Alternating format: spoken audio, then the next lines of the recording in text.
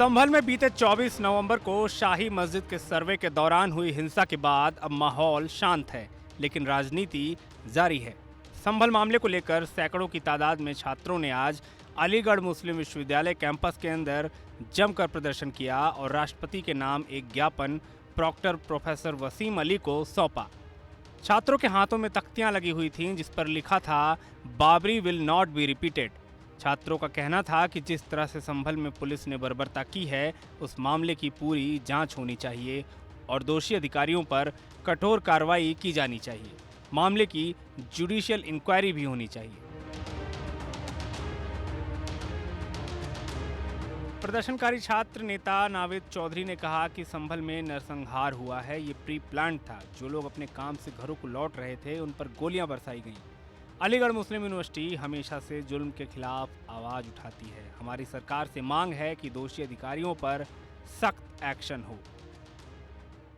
देखिए, जैसे कि आप लोग जानते हैं कि संभल के अंदर जो नरसंहार किया गया है उनके द्वारा जिनको सुरक्षा की जिम्मेदारी दी जाती है, एक सरकार की एक बॉडी होती है और इस बॉडी के अंदर जो काम होते हैं वो ये होते हैं कि आवाम की सुरक्षा को करना, कहीं पे दंगा फसाद होता है तो उसको नियंत्रण करना।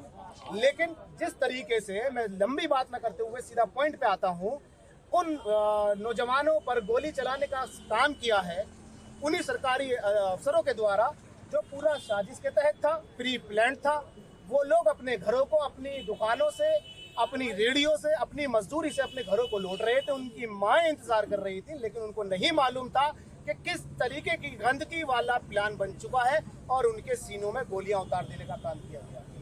और आप लोग जानते हैं कि अलीगढ़ मुस्लिम यूनिवर्सिटी हमेशा से जब कहीं पूरी दुनिया में जुल्म होता है तो उस जुल्म के खिलाफ आवाज उठाने का काम यहाँ का एक एक तलबा करता है, जैसे कि आप लोग आज देख रहे हैं। हमारी मांग सरकार से यही है कि हमारे मुल्क के जो प्रधानमंत्री हैं, जिन्होंने जिम्मेदारी ली है कि हिंदुस्तान का एक एक नागरिक उनकी जिम्मेदारी है, और हमारे मुल्क की राष्ट्रपति, उनसे भी हमारी दरख्वास्त है कि इस तरह के अधिकारियों पर एक्शन लेकर इनको निलंबित ही नहीं बल्कि इन पे सख्त से सख्त कार्रवाई करके इनको कारावास करा देना चाहिए, इनको जेलों के अंदर डाल देना चाहिए।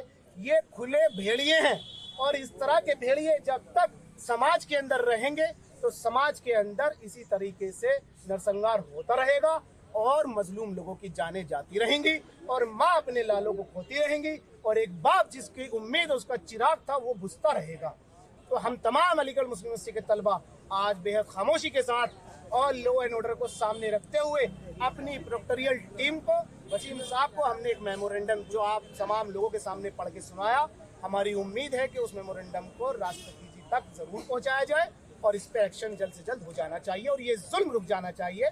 और मैं तो अप्रिशिएट करता हूँ आरएसएस के प्रमुख मोहन भागवत जी ने जो कहा है, बहुत खूब बात कही है कि हर मस्जिद के अंदर शिवलिंग ढूंढना अच्छी बात नहीं है।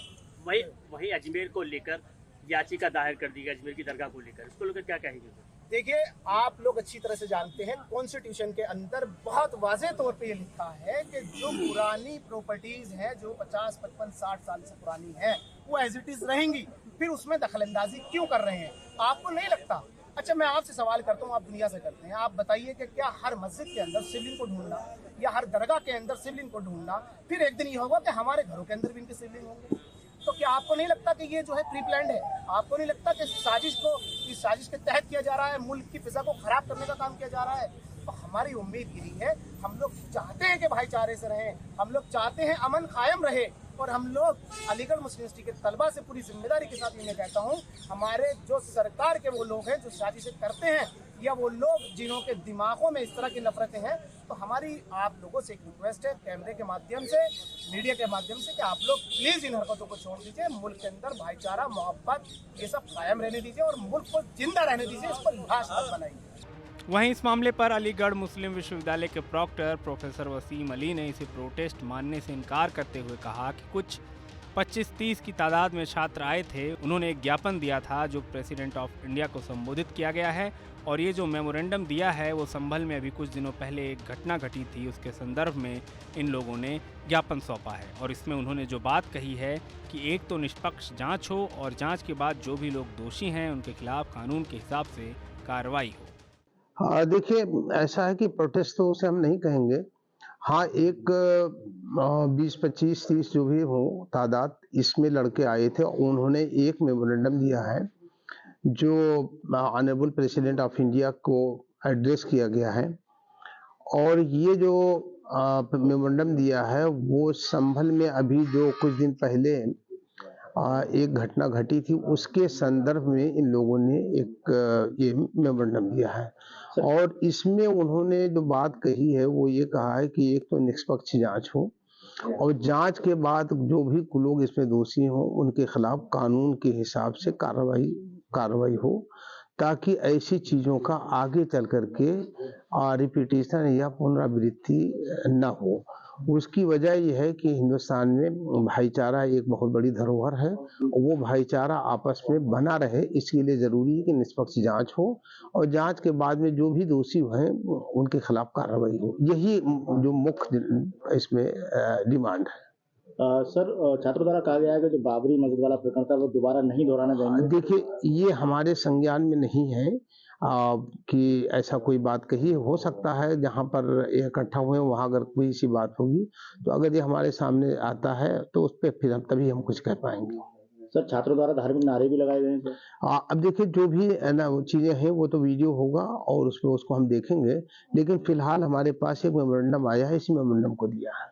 ठीक सर, किस प्रकार की मांग रखी गई है इस मेमोरेंडम में? मैंने आपको अभी बता दिया कि उन्होंने ये कहा है कि इसमें एक निष्पक्ष जांच हो, और जांच के बाद में जो लोग इसमें दोषी हैं, दोषियों के खिलाफ जो हमारा हिंदुस्तान का कानून है, कानून के हिसाब से उनके खिलाफ कार्रवाई हो, ताकि हमारे आपस में जो भाईचारा है वो बना रहे। संभल वाले प्रकरण उसी संदर्भ में।